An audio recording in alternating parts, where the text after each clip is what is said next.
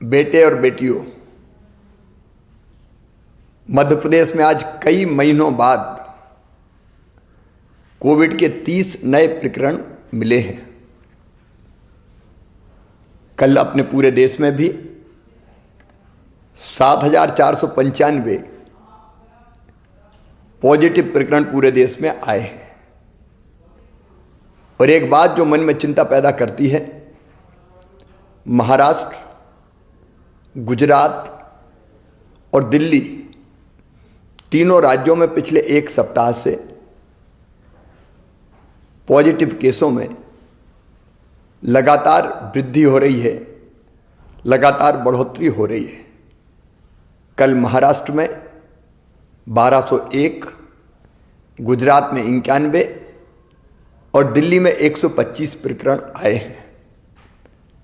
हम सब जानते हैं इन राज्यों से मध्य प्रदेश में आना जाना लगातार बना रहता है और पूर्व के अनुभव भी हमें ये बताते हैं कि पिछली बार भी महाराष्ट्र में पॉजिटिव केस बढ़ना शुरू हुए, गुजरात में बढ़े और उसके बाद मध्य प्रदेश में लगातार पहली हो या बाद में दूसरी लहर आई।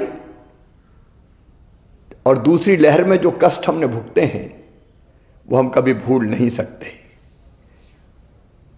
अगर पुरानी दोनों लहरों को भी देखा जाए, पहली हो या दूसरी हो, प्रारंभ इंदौर भोपाल से ही हुई और अभी इंदौर तथा भोपाल में प्रकरण बढ़ के लगभग साप्ताहिक प्रकरण नवंबर महीने की तुलना में दिसंबर में 3 गुने हो गए हैं। कोरोना ने अपना स्वरूप बदला है और नया स्वरूप ओमिक्रॉन के रूप में देश के 16 राज्यों में आ चुका है।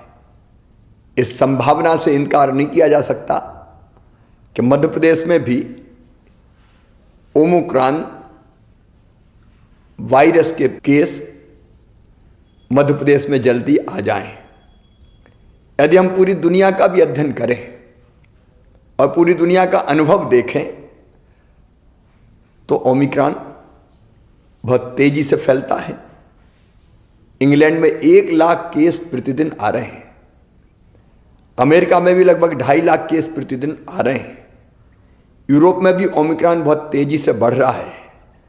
और उपरोक्त सभी कारणों को देखते हुए मुझे अंतर आत्मा से लगता है कि ये सही समय है जब हम सचेत हो जाएं, कोविड की तीसरी लहर को आने से रोकें, तेजी से संक्रमण ना फैले, इसके लिए हर आवश्यक उपाय करें। और इसलिए मेरे प्रिय बहनों और भाइयों, भारत सरकार ने भी कुछ गाइडलाइन जारी की है। मेरी आपसे प्रार्थना है कि अब देर ना करें, मास्क जरूर लगाएं, सोशल डिस्टेंसिंग बनाएं, अनावश्यक भीड़ में ना जाएं, अनावश्यक जमावड़ा ना हो। और अब तक अगर किसी ने वैक्सीन का डोज नहीं लिया, टीका नहीं लगवाया, तो टीका जरूर लगवाएं। पहला लगा लिया हो तो दूसरे में देर ना करें।